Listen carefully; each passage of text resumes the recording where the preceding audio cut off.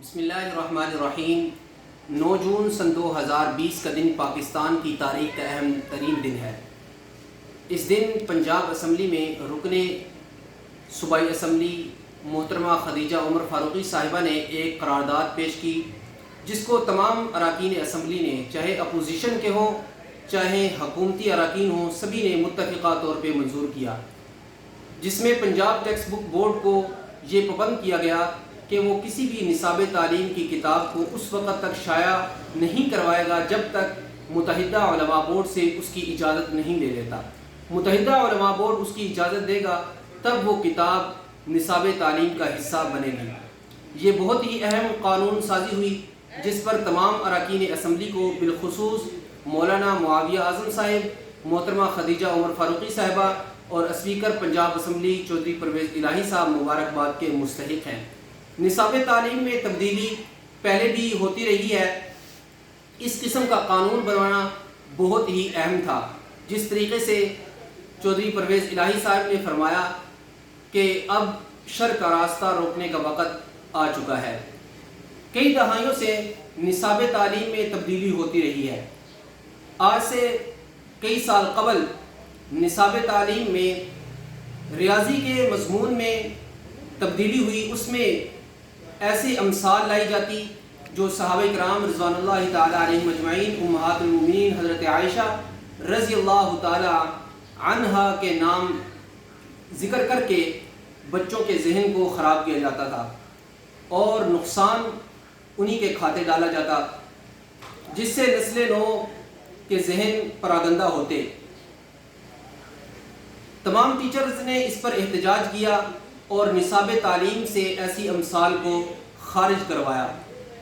نصاب تعلیم میں جو لوگ تبدیلی کرتے ہیں وہ اپنے ذاتی تعصب کی بنیاد پر نہیں بلکہ غیر ملکی ایجنڈے پر کام کرتے ہیں، جس کا ان کو معاوضہ دیا جاتا ہے، کیونکہ غیر مسلم نہیں چاہتا کہ مسلمانوں کے بچوں میں اسلامی سوچ اور اسلامی کلچر کو فروغ ملے، لہذا وہ نصاب تعلیم ہی کے ذریعے ان کے اذہان کو چینج کرنا چاہتا ہے۔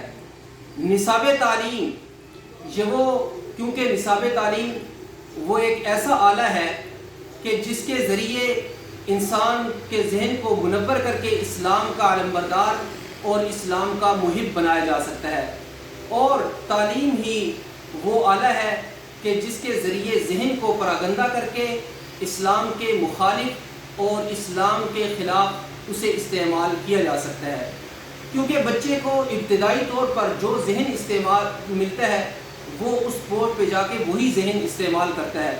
تو یہ قانون قیام امن کے لیے ایک سنگ میل ثابت ہوگا اور فیوچر میں اس کے بہت اچھے اثرات ہوں گے۔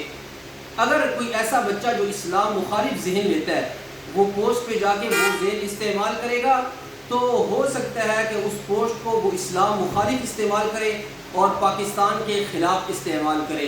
لہذا ضروری ہے کہ بچوں میں نصاب تعلیم ایسا رائج کیا جائے جو اسلام پسند ہو، جس سے بچوں کو اسلام سے محبت کا شعور بیدار ہو۔